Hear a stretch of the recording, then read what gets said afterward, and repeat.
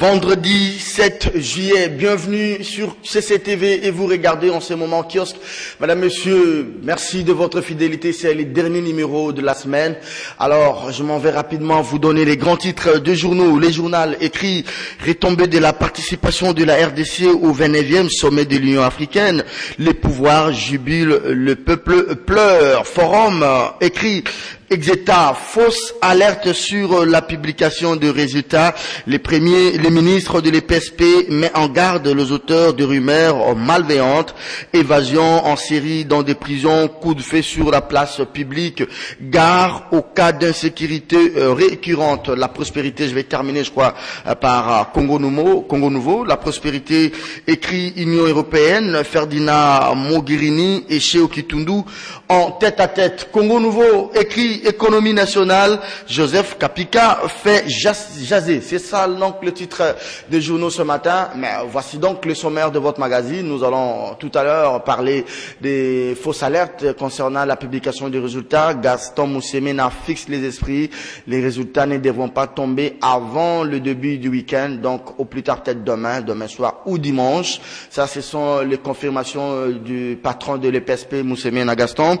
On va faire un petit commentaire du côté de Bruxelles. Le patron de la diplomatie a fait le déplacement. Cheo Kitundu a pris langue avec la numéro 2 de l'Union européenne en ligne de mire, les sanctions européennes. Après les francs succès récoltés à l'Union africaine, mais aussi d'autres sommets prévus au mois de novembre, Union africaine au niveau d'Abidjan, en Côte d'Ivoire. Le tête-à-tête Kabila-Outembi. On va revenir sur cette question, ça sera les tout derniers thèmes de votre magazine. Kiosque de ce matin, allez, John Lungela. Liboronalita, mon poignet. Oui. Merci pour l'invitation. Merci aussi à tous les téléspectateurs du kiosque qui nous suivent à tout moment et ne cessent de nous encourager pour éclairer l'opinion. N'oubliez pas, actuellement, ce ne sont plus les émissions de débat des politiciens. Les Congolais, ils ont compris, maintenant ils sont là pour suivre les débats de journalistes parce que c'est là où il y a la vérité, c'est là où il y a la vraie vérité. Très bien, moi personnellement je suis fier de vous et d'Eliezer. Quand vous n'êtes pas là, Eliezer vous lance des pics. Quand Eliezer n'est pas là, vous aussi vous passez pour lui lancer des pics, mais sinon c'est entre confrères. Hein. Tambouy c'est un ami, oui. C'est un confrère et c'est aussi une famille. Nous avons un passé que nous partageons ensemble et nous avons aussi des réussites que nous partageons et même des échecs aussi. C'est vrai que chacun a son opinion, a son analyse, voilà, qui des fois ne se rencontre pas. Mais je pense que contre toute attente, que l'opinion ne se trompe pas. Je suis un frère et un ami, comme Eliezer l'est aussi pour moi. Très bien, allez, Christophe Vanga, sur ce plateau, c'est sa première participation à un kiosque des derniers jours. Hein. Bonjour et bienvenue. Hein. Bonjour Serge. Très content de retrouver John Lungila sur ce même plateau. C'est un ami, c'est un frère pour moi, donc très contente. Mais ce matin, je voulais adresser un message à toutes les femmes qui me suivent. Nous avons perdu une grande dame, Simone Veil.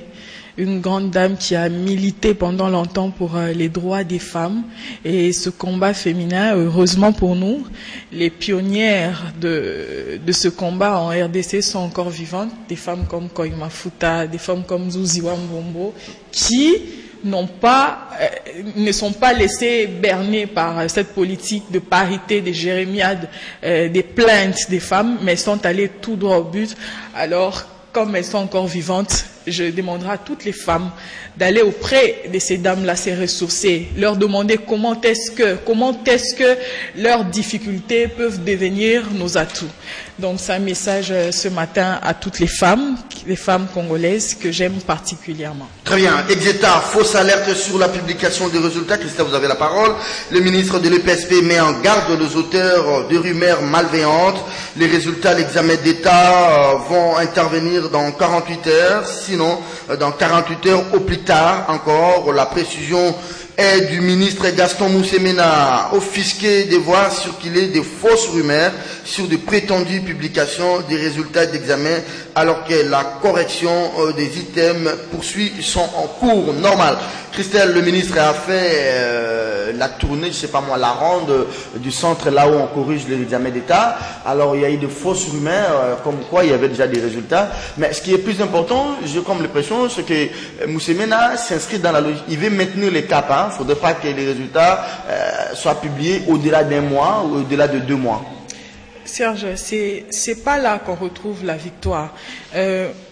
Mon inquiétude a été depuis très longtemps, lorsque le ministre, un très compétent ministre d'ailleurs, Moussemena a décidé d'ouvrir les résultats à tous les réseaux sociaux.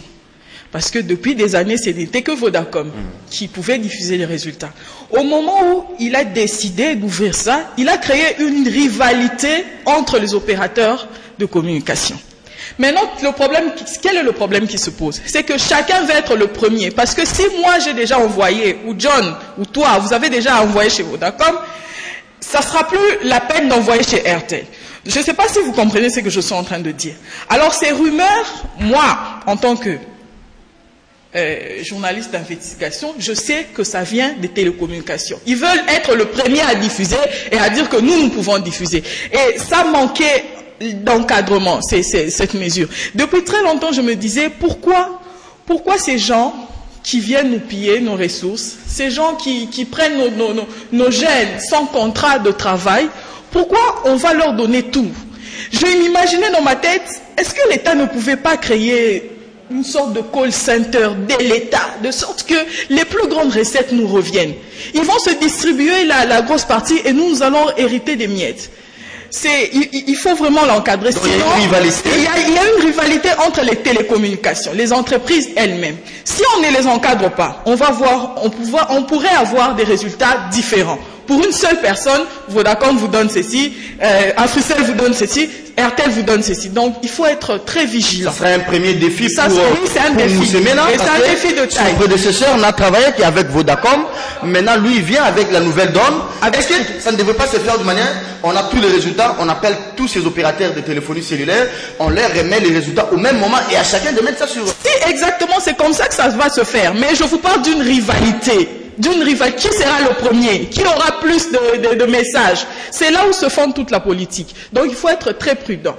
Il faut être très prudent. John Longula, les résultats, pas demain, peut-être après-demain. Vous voyez la grande difficulté que nous avons, à laquelle nous faisons face. Parce que nous avons décidé même de supprimer la téléphonie chez nous. Tous ces opérateurs des télécommunications, ce sont des investisseurs étrangers, c'est vrai, ils investissent chez nous, ça nous profite, oui, c'est vrai. Mais comme l'a dit Christelle Wanga, en principe, tout devait partir de pourquoi pas relancer la grande poste, pourquoi pas responsabiliser cette histoire entre les mains de services de l'État, par exemple. Parce que, vous voyez, avant que nous parlons d'RTL aujourd'hui, mais hier c'était Zen. Avant Zen, c'était autre chose. Tigo est parti, Celtel est parti, Oasis est parti. Aujourd'hui, nous avons Orange, demain Orange va encore partir. Mais qu'est-ce qui va rester après? Imaginez-vous qu'aujourd'hui Vodacom décide ou RTL décide de fermer ses portes et de partir. Et donc, on sera encore en difficulté. Alors que c'est un élan de modernisation, la rapidité dans la correction et la publication des résultats. Nous savons que ce n'est pas Vodacom qui corrige ou RTL qui corrige les bulletins ou les résultats des examens d'État. Mais nous savons que c'est un service de l'État qui s'en occupe. Ils sont là seulement pour faciliter la publication parce que hier on utilisait le papier, le bulletin et le journal. Aujourd'hui, avec les téléphones, on a la facilité de larguer et c'est ceux qui se retrouvent dans l'arrière-pays d'accéder directement aux résultats. Est-ce que vous ne craignez pas ce que dit la consoeur tout à l'heure? Pour un même candidat, Kabongo Serge Ngomele, Institut 17 octobre, code Pampapa, RTL vous donne un autre pourcentage, et si vous allez vérifier chez Vodacom, vous avez un autre pourcentage. Est-ce que ça ne risque pas de... C'est ça aussi la grande inquiétude. Le côté faible de la technologie, surtout avec l'outil informatique. Rappelez-vous, il y a même, quand la lettre saisie machine, et il y a même des arrêtés aujourd'hui qui reprennent des erreurs à cause de cela. Et il n'y a pas que cela, même dans les années antérieures, depuis que Vodacom a repris la publication, il y a beaucoup d'erreurs. Vous voyez un élève qui vérifie avec son téléphone, il a 60%, en réalité quand il vient prendre son diplôme, il a 55%.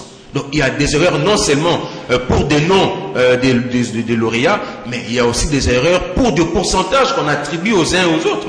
Il y a même un lauréat à qui on attribue des pourcentages, mais quand on vient en réalité, c'était pas lui le lauréat. C'est vraiment dangereux.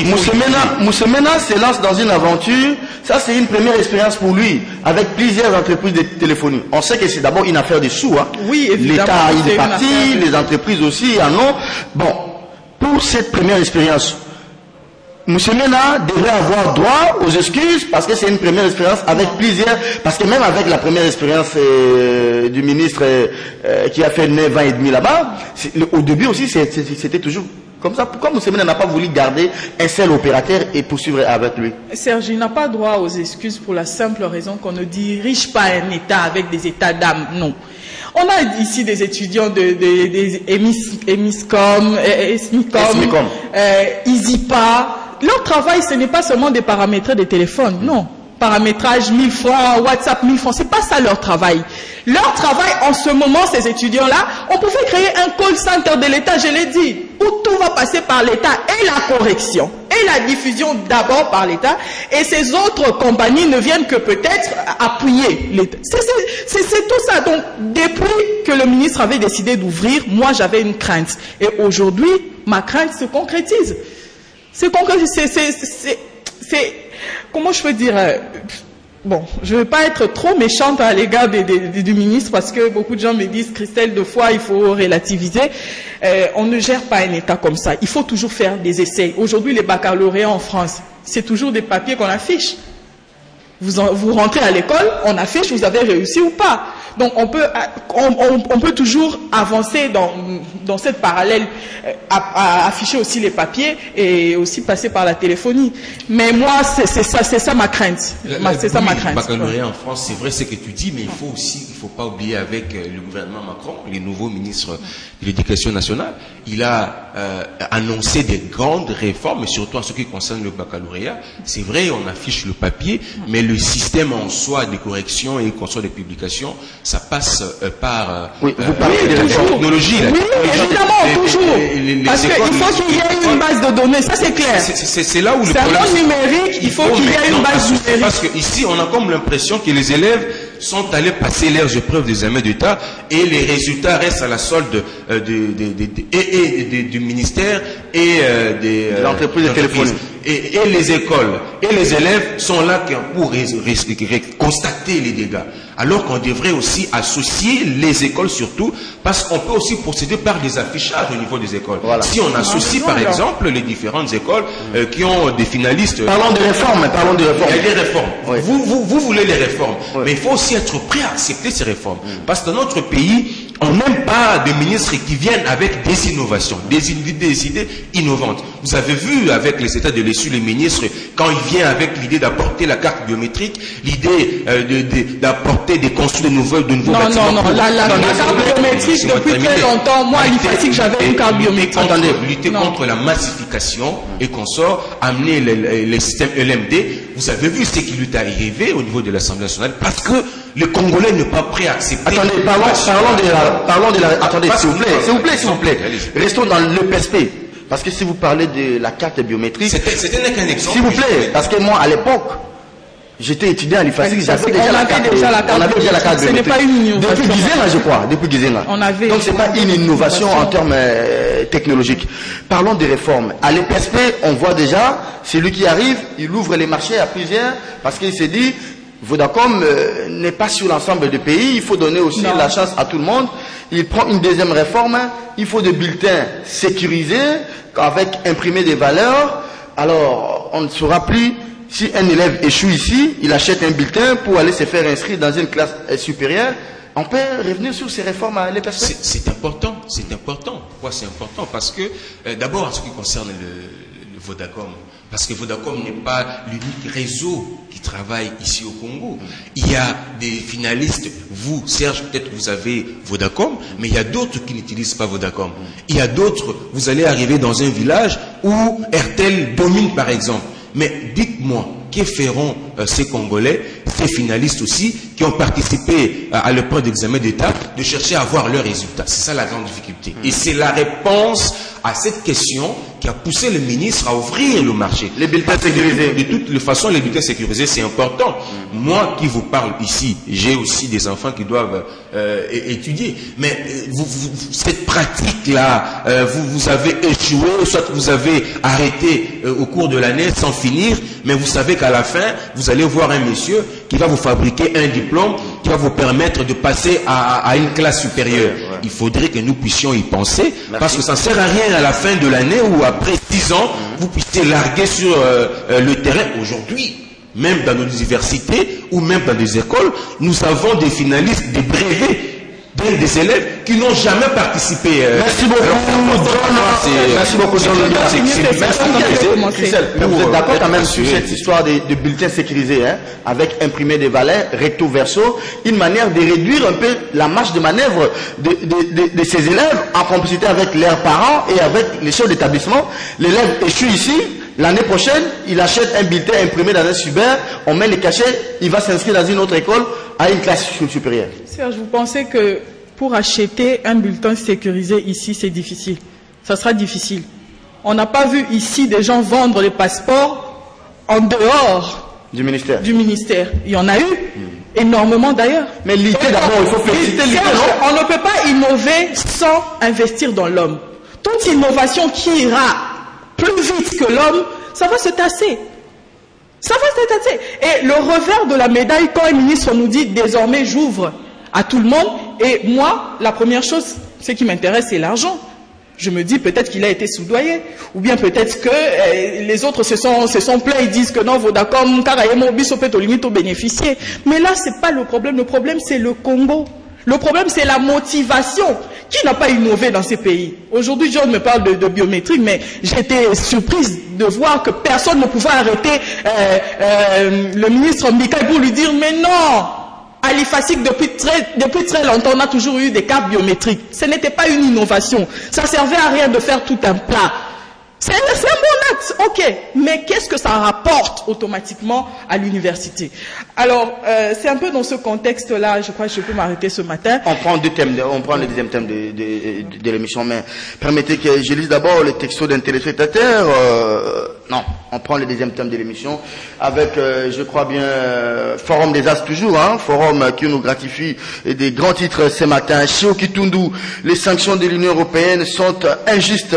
Les patrons de la diplomatie congolaise a fait les déplacements de Bruxelles chez, écrit donc Forum. John, vous avez la parole. Le climat n'est pas au beau fixe entre la République démocratique du Congo et l'Union européenne, déterminée à dissiper les malentendus. Le patron de la diplomatie congolaise, Léonard Cheo Kitundu, a mis à profit son séjour à Bruxelles pour discuter avec la vice-présidente de la Commission européenne, Madame Federica Mogherini. Au cours de cette rencontre tenue le mercredi 5 juillet, la levée des sanctions contre certaines autorités congolaises ainsi que la tenue des élections et l'enquête sur le massacre du Kasaï ont été au cœur du débat. C'est vrai que nous allons revenir sur cette question de la libération de ces secteurs des publications des résultats, peut-être demain ou après-demain. On va peut-être enquêter là-dessus. Mais parlons, John, de ces sanctions. On a parlé d'abord de la victoire de la RDC au niveau de Genève. On a parlé de la 29e réunion des chefs d'État de l'Union africaine. Ceux qui se déplacent,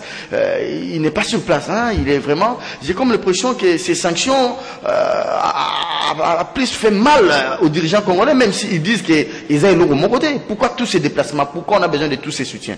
Vous savez que ces sanctions ont frappé beaucoup plus de personnalités congolaises en fonction. Et donc aujourd'hui, nous avons des partenaires, nous avons des ministres qui doivent effectuer des mouvements, non seulement en interne, mais au niveau à travers le monde aussi. Aujourd'hui, Chadari ne peut pas effectuer un déplacement vers l'espace Schengen, par exemple. Il y a même certains qui ne peuvent plus aller aux États-Unis. C'est un problème.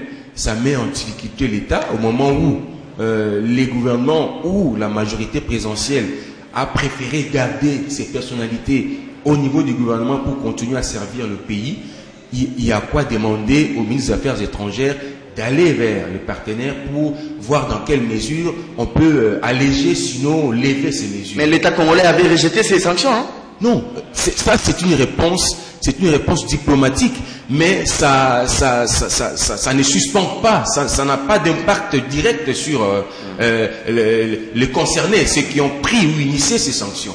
Aujourd'hui, il faudrait que l'on procède, comme je l'ai dit, à la suspension de ces mesures pour permettre au gouvernement de travailler comme il le faut. Et Séoki Toundou a beaucoup de choses à faire. Vous savez, depuis qu'il est nommé, il est toujours entre deux avions, il descend, il remonte, il est ici, demain il va se retrouver de l'autre côté parce que nous avons beaucoup de problèmes. C'est ici aussi l'occasion de demander aux uns et aux autres de faire leur travail. Parce que Séoki Toundou, en tant que ministre des Affaires étrangères, c'est vrai, il est là pour travailler, veiller à l'image et aux relations entre la RDC et le monde extérieur, mais nous avons beaucoup à bénéficier dans nos relations diplomatiques avec d'autres pays.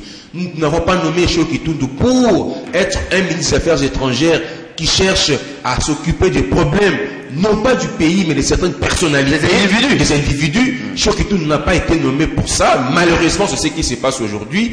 Et c'est important.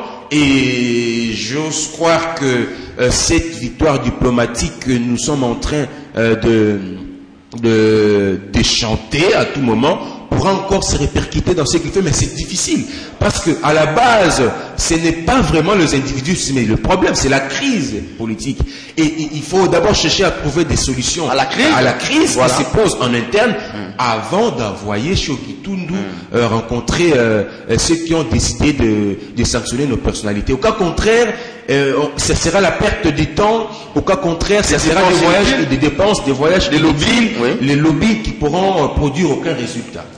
Très bien. Christelle Vanga, Séoki Toundou, d'abord la victoire à l'Union africaine. Il semble, hein, on dit victoire, mais la crise persiste.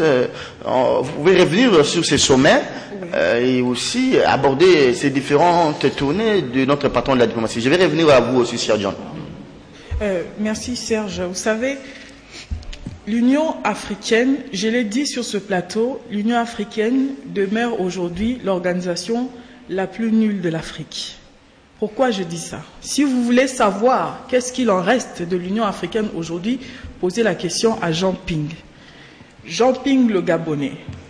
Vous l'avez dit cette semaine sur votre plateau que la Chine a contribué énormément au fonctionnement de l'Union africaine. Donc, tous les présidents que vous avez vus sur la photo officielle, tous sont de milliardaires, ou plus même. Avec eux, on ne sait pas. Mais le siège dans lequel il s'est pavané, c'est un don de la Chine de 200 millions de dollars. Et à l'époque, qui avait managé cette affaire? C'est Jean Ping, président de la Commission africaine. Il est allé voir ses ancêtres, les Chinois, pour essayer de trouver un peu une solution. Ça rentre dans les coopérations. C'est la coopération. Ok. Mais Jean Ping, lorsqu'il a été scellé, lorsqu'il a été élu au Gabon, où les Gabonais eux-mêmes nous l'ont dit qu'il ne veut plus être Bongolais, ils sont les Gabonais, personne de l'Union africaine, aucun président s'est levé pour dire que non, on peut accompagner. Comment est-ce qu'on peut accompagner Jean Ping? L'Union africaine dont vous parlez, ça a été dévié. Ça a été dévié. Ce n'est pas l'Union africaine de Kwame Nkrumah. Ce n'est pas l'Union africaine de Thomas Sankara. Ce n'est pas l'Union africaine d'un homme qu'on cite peu, Barthélemy Bonganda. Barthélemy Bonganda a préconisé l'unité de l'Afrique en son temps à 3 dimensions.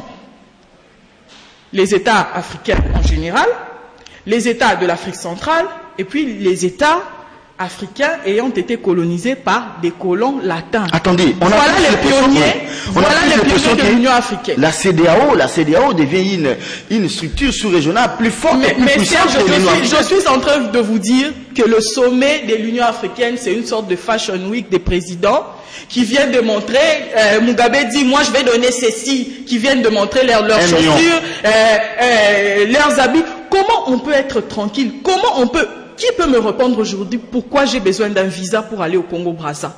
Ce sont là les grandes questions de l'unité africaine. Cette emblématique route du Caire au Cap, jusqu'aujourd'hui, alors que nos dirigeants ont énormément d'argent, il y a une actualité qui défraie la chronique internationale, c'est l'histoire de la fille de Sassou et de Obiang. 30 millions de dollars d'amende, c'est énorme. Une fille qui ne travaille pas, qui achète un triplex à 3 240 000 dollars en France. Alors qu'au Congo-Brazza, il n'y a même pas un immeuble. Il n'y en a pas. Il n'y a pas une bâtisse de la sorte. Et vous voulez qu'on croie à l'Union africaine. Et si aujourd'hui chez Okitoundou, le gouvernement congolais... Les fils de Théodoro. Là même, on ne peut même plus. Imagine, on te dit de payer 36 millions d'amende. Ça veut dire que ton montant en banque explose. On n'arrive pas à comprendre d'où vient cet argent. C'est l'image que nos dirigeants nous donnent. Et c'est déplorable. Et si chez Okitoundou, que je salue d'ailleurs, je salue le pragmatisme, je salue cette diplomatie TGV, comme je l'appelle, du tac au tac. Il répond, mais le problème avec chez Okitoundou, c'est le fond qui pose problème. Voilà. C'est le fond. Voyager, le vrai problème demeure. Le vrai problème demeure. Et aujourd'hui encore, ce qui est déplorable, on court après les banques pour emprunter de l'argent, notamment la banque russe. Mais ça, c'est un génocide. On nous appelle à nous décimer. La Russie, quand je vois la Syrie, rien que pour un gazoduc, les Russes et les Américains se battent. Ils ont décimé des populations. Et aujourd'hui, face au coltan, au cassitérite, au cuivre, au pâturage, avec toutes sortes de richesses qu'on peut trouver au Congo, on appelle le Russe pour venir ici. On a aussi l'uranium, hein? On a aussi l'uranium, on veut emprunter l'argent des Russes, comme ça, à tout bout de champ. Et ce matin, je vais dire à la population, pourquoi nos dirigeants empruntent de l'argent lorsqu'ils pensent que ça ne va plus. Et cet argent, nous savons tous là où ça va. C'est pour une simple raison, parce qu'ils savent que ce n'est pas eux qui les payent, c'est la progéniture qui paye. Ils vont prendre comme ça, ils vont affecter, ils vont nous mentir, nous avons construit ceci, mais en réalité, c'est la progéniture qui paye. Je vais lire les textos de téléspectateurs. Je commence par les tout premiers. Bonjour Serge, bonjour à Christelle et à John. Yango émission na bino. Bolobela kaka makambo ya MP na rasop kasavubu. Et bongo désordre o eza koleka na IDPS na AR. Bolobela yango te. Ah bon? Il y a aussi des désordres là-bas. Mais si les journaux en parlent, on va en parler. Bonjour Serge, un shop vient d'être attaqué à 8h30, route Matadi, à 500 mètres palais de Marbre. Un mort, à vérifier. Je prends les tout derniers textos. Bonjour Serge, pourquoi vous n'appelez pas les journalistes dites de l'équipe nationale, tels que Sylvie Bongo? Oh, bonjour Sylvie. Solange Kwale, Gilles Boulembi et Koibatimba. Bon, le duel de lundi prochain va opposer Koibatimba à Mike Mkebai. Koibatimba. Vous êtes invités sur ce plateau. Merci beaucoup. Et je crois le mardi, ça sera Sylvie Bongo et Diana. Le mercredi, Gilles Boulembi et Daniel Saf. Allez, John Lungila, on va terminer. C'est déjà conclu comme ça. Le programme est là. Koibatimba et Mike Mukeba, il est lundi sur ce plateau. John Lungila, on va terminer sur ce thème. Alors, aujourd'hui, les sanctions vont peut-être continuer. On cite des noms, on cite encore plusieurs autres noms. Mais quels peuvent être aujourd'hui les éléments qui peuvent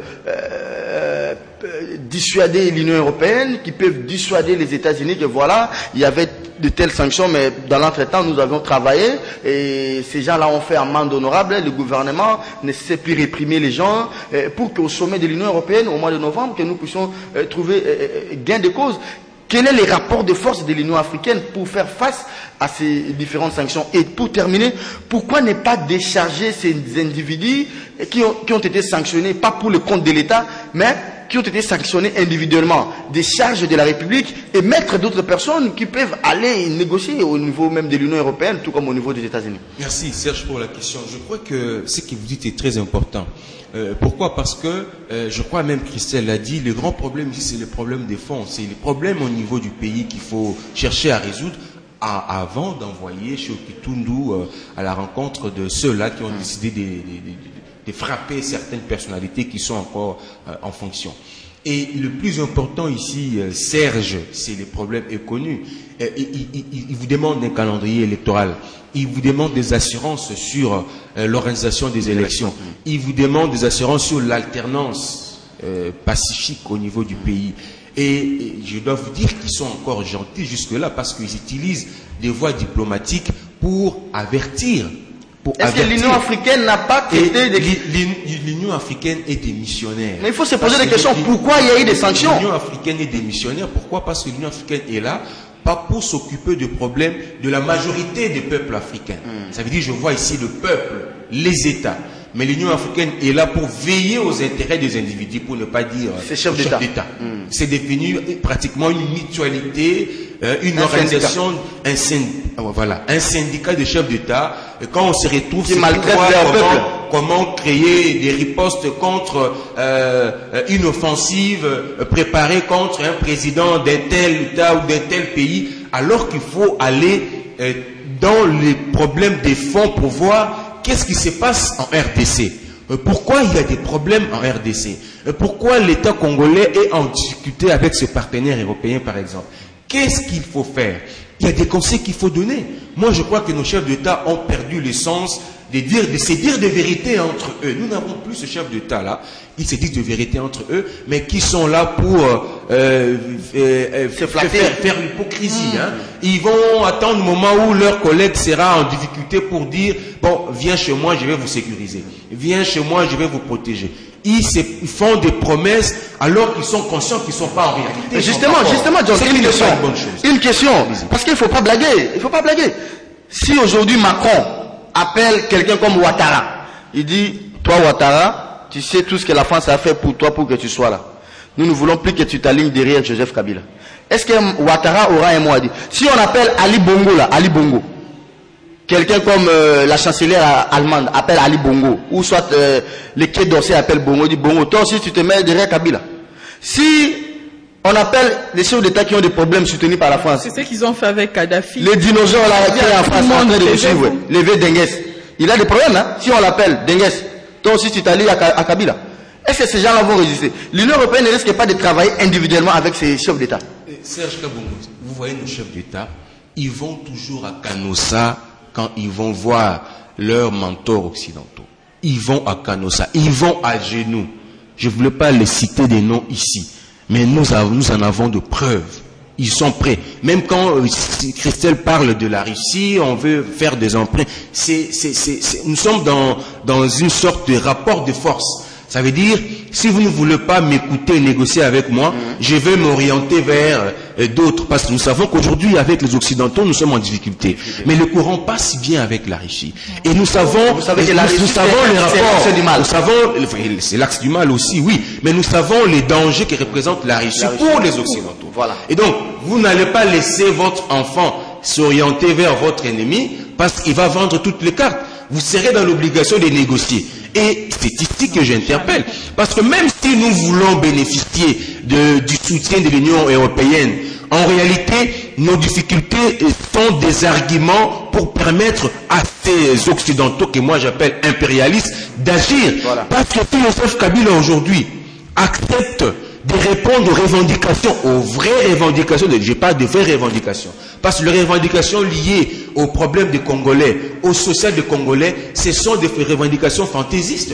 Il y a des vraies revendications. Si Kabila accepte de répondre aux vraies revendications de l'Union européenne, il va rester là, il va faire ce que la majorité disent, à Kououmela, malgré la volonté des Congolais, parce que on avait toutes les raisons en décembre 2016 de chasser Kabila du pouvoir, parce que la Constitution ne le permettait pas. Nous savons ce qui s'est passé. Mais pourquoi l'Union européenne n'avait pas frappé? Parce qu'il y avait une part de réponse apportée aux vraies revendications de l'Union européenne. Et aujourd'hui, que le Kabila s'entête, il faut le dire, parce qu'il ne veut pas répondre aux vraies revendications, parce que lui aussi veut avoir des assurances. Et nous ne pouvons pas jouer à ces jeux. Est-ce qu'on n'a pas pensé, mais je ne sais pas, c'est cynique de croire, je refuse même de croire à ce que je vais dire tout à l'heure. Nous voulons maintenant nous mettre en posture de la Russie. Nous devenons comme Bachar, comme les Américains nous en veulent, l'Union européenne nous en veut. Allez, nous prenons la Russie comme allié. C'est une mauvaise idée. Est-ce que vous pensez que si Si les États-Unis veulent agir ou la France veut agir. John, on ne fait pas de chantage à quelqu'un qui est plus fort que toi. Oui, non. Comment vous pouvez expliquer un chantage face à quelqu'un qui vous a mis au pouvoir? Ici, nous sommes face à des baodaïs, comme on les appelle en politique internationale, des individus qu'on a placés. Et on ne peut pas livrer une guerre envers eux. On ne peut pas s'aligner de côté de Pyongyang. On a vu Pyongyang, le Coréen dire que non, il n'est pas d'accord. On ne peut pas s'aligner à côté des Zuma. On ne peut pas s'aligner à côté de la Russie. C'est trop dangereux pour le Congo. Et nous voulons sauver le minimum de ce qui reste. Nous ne voulons pas de guerre ici. Nous savons ce que la Russie peut apporter. Nous savons ce qui se passe à la Syrie. Nous l'avons vu. J'aimerais revenir un peu sur l'Union africaine. Le gouvernement a trouvé un grand leurre. Qu'est-ce que je vais dire par là? Au même moment, la première grande importante réunion concernant le CNSA se passe au moment où Joseph Kabila est à l'OUA. Ça veut dire là-bas quand on vous pose des questions, mais qu'est-ce que vous faites pour... Mais là-bas déjà, ils ont été convoqués pour... voyez-vous. Et après ça, rien ne se passe. Il est clair qu'ici, il n'y a pas une volonté. Il n'y a pas une volonté. Le président ne veut pas d'assurance. Le président ne veut pas partir. Et son groupe, ses amis qu'il a...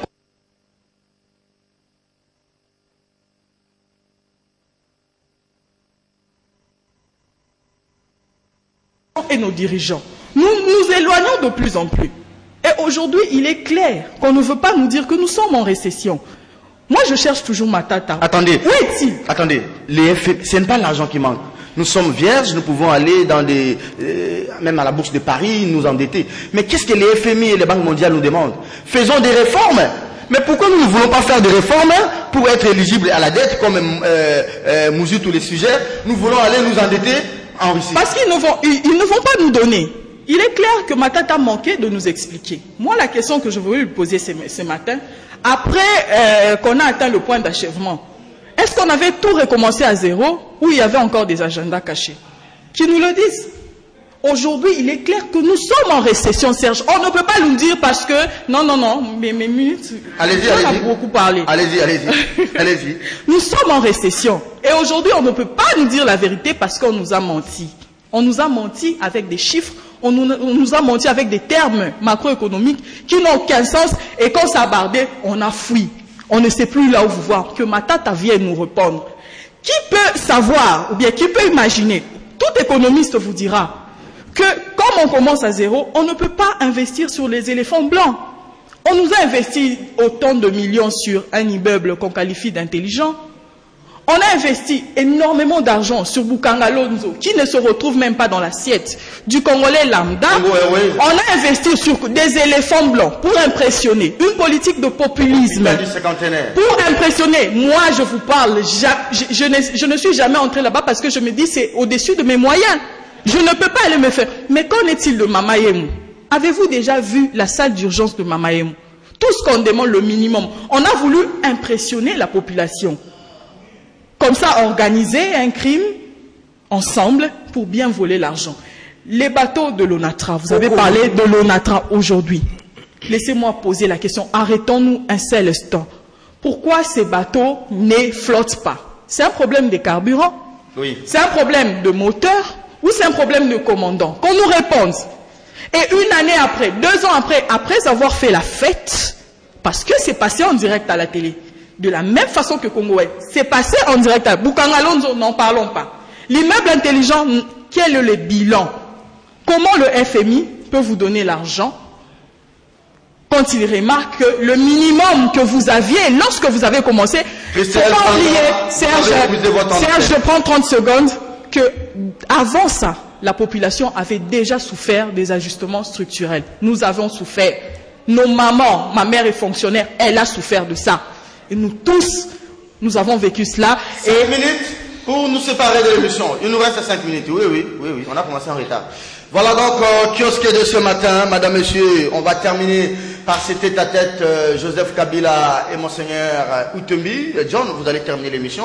Christelle commence parce que Christelle a débordé un peu. Mais vous récupérez d'abord vos 30 secondes, vos 30 secondes parce que Christelle a débordé. Vous n'avez pas répondu à ma question sur des négociations individuelles.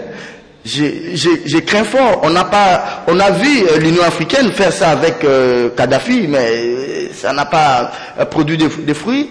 Si aujourd'hui l'Union africaine commençait à traiter avec ces États individuellement, ces États vont toujours garder leur solidarité vis-à-vis du Congo ou bien cette solidarité va s'ébranler? Ça, vous savez, nos chefs d'État se comportent comme des petits dieux. Des fois, ils oublient même qu'ils ont un esprit et un âme et un corps physique qui peut tomber à tout moment. Ils oublient même qu'ils peuvent mourir par accident comme ça pouvait arriver à tout le monde. Ils oublient même qu'ils pouvaient mourir par crash. Tout peut arriver comme ça peut arriver à un citoyen ordinaire. Ils oublient ça.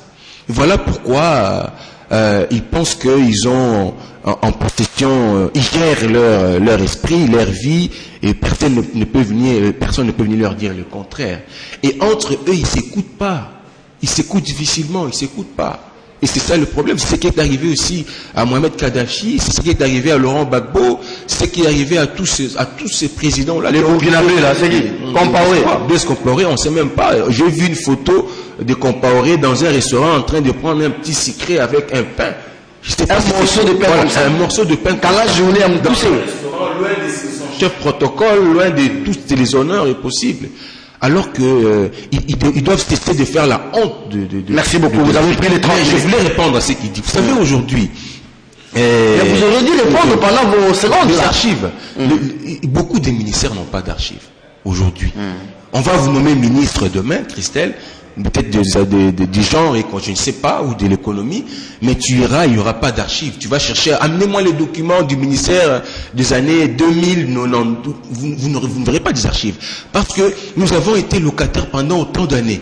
Et beaucoup de ministères aujourd'hui sont délocalisés pour occuper des bâtiments où ils seront logés, où ils vont y rester pendant longtemps, pour toute la vie. Archives. Tu vois? C'est ça les archives. Non, je suis en train de te faire voir que c'est important. Mais et les problèmes qui s'est passé, tu allais continuer à déplorer, voir des ministères être des locataires, loués dans des bâtiments d'un individu, voir l'État être locataire alors que vous justifiez les bâtiments intelligents. Donc, je crois que c'était important d'y penser. Mais pas avec ces montants. Pas prioritaire. Moi, personnellement, je sais pas prioritaire. Tu es aussi. Bon, tu es dans le Madame, monsieur, on n'a pas assez de temps. Une minute à chacun. Les tête-à-tête, Kabila et Monseigneur Outembi. Kabila a raté l'évêque de Kisanga, l'évêque de Lubumbashi. Il semble qu'il s'était fâché. Je ne sais pas si c'est vrai ou c'est faux. Kabila, la Senko a appelé à...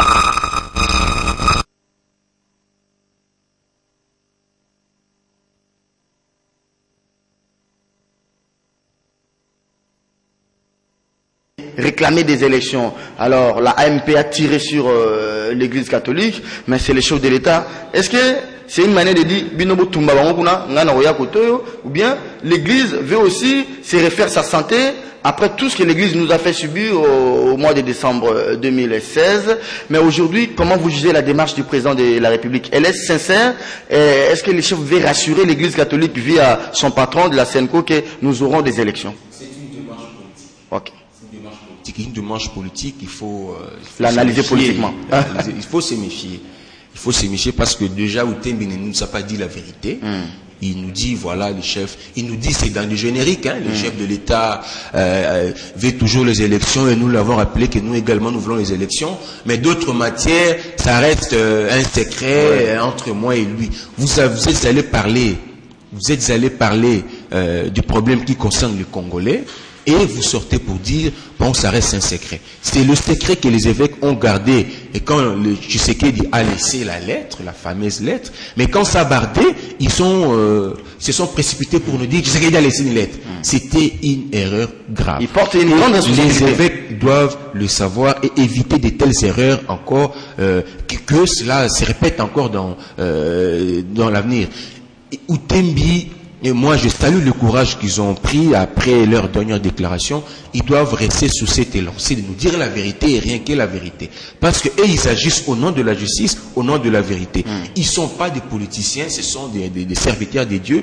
Ils ne peuvent pas se comporter en politique. C'est une erreur grave pour Outembi. Moi, je crois qu'ils doivent prendre l'exemple de Kengo Adondo. Quand il sort des consultations avec le chef de l'État, il vous dit, on lui pose la question, vous venez d'être reçu par le chef de l'État pour une consultation, qu'est-ce que nous pouvons retenir de vos entretiens? Il nous dit, On nous a demandé par le service de la présidence de la République de ne pas divulguer ce que nous avons échangé avec le chef de l'État. C'est au chef de l'État et à ses services de vous dire ce que nous sommes dit. Et donc, nous voulons respecter ce qu'on nous a demandé de faire. Outembi devait faire la même chose. Christophe Wanga, l'Église va maintenant retirer son appel à des manifestations pacifiques parce qu'il y a les dégels entre la SENCO. C'est une rencontre de dégel ou bien... Vous savez, le chef de l'État il est conscient que sur la liste de ses adversaires, il ne peut pas rajouter l'Église catholique. Il ne peut pas. Devant les faits, on s'incline. Il ne peut pas le faire. Même si aujourd'hui l'Église musulmane parle, rassurez-vous que la MP va tirer sur elle. Même si aujourd'hui les églises de réveil, quand bien même qu'on n'arrive pas à les comprendre et tout, rassurez-vous, mais c'est que John dit, est-ce qu'il pourrait dire ça devant Marini Bodo? Que les hommes d'église ne font pas la politique. Est-ce qu'il pourrait dire ça devant Desmond Tutu? Que les hommes d'église ne font pas la politique. Martin Luther King. Martin Luther King. J'ai défini ici qu'est-ce que c'est que la politique. La politique, ce n'est pas vendre des minéraux et prendre l'argent. C'est pas ça. Oh. C'est pas ça la politique. La politique, c'est d'abord créer les écoles, chercher que le peuple soit à l'abri des besoins fondamentaux. Les bien-être. C'est ça. C'est ça. Et l'Église remarque que ses fidèles sont dans la pauvreté. C'est une simple revendication de la part de l'Église. Aujourd'hui, faire des évêques un ennemi, c'est très dangereux. C'est parce qu'ils parlent à la masse. La masse les écoute. Et quand ils ont dit debout Congolais, tout le monde a entendu et tout le monde veut exécuter. Voilà. Merci beaucoup. Si l'émission est terminée. On a débordé Doudou? Non. Merci beaucoup pour votre fidélité à Kiosque, madame, messieurs, c'était le magazine. Merci à Christelle Wanga. Merci aussi à John Lungula de Congo Web Télévision Haute Définition. Est-ce qu'on continue toujours à brouiller votre signal? Sinon, c'est que j'ai appris de la prison de la République à la fin du mois. On va couper. Serge, on n'a pas parlé de la maladie du chef de l'État. On va voir. Merci beaucoup, madame et messieurs. Kiosque est terminé pour la semaine. Eros Kabassele va nous rediffuser cette émission à 12h à Canal Kin. Merci à Doudou, Karine, Mongo Djambé, la superstar de Kiosque. Alain Kabongo était avec nous. L'ombre de prof Romain Makonda plane sur cette émission avec la complicité de Bruno Vinzinga. 9h30, Kiosque va revenir le lundi. Les duels, Koiba Timba, Mike Mukebai. Au revoir.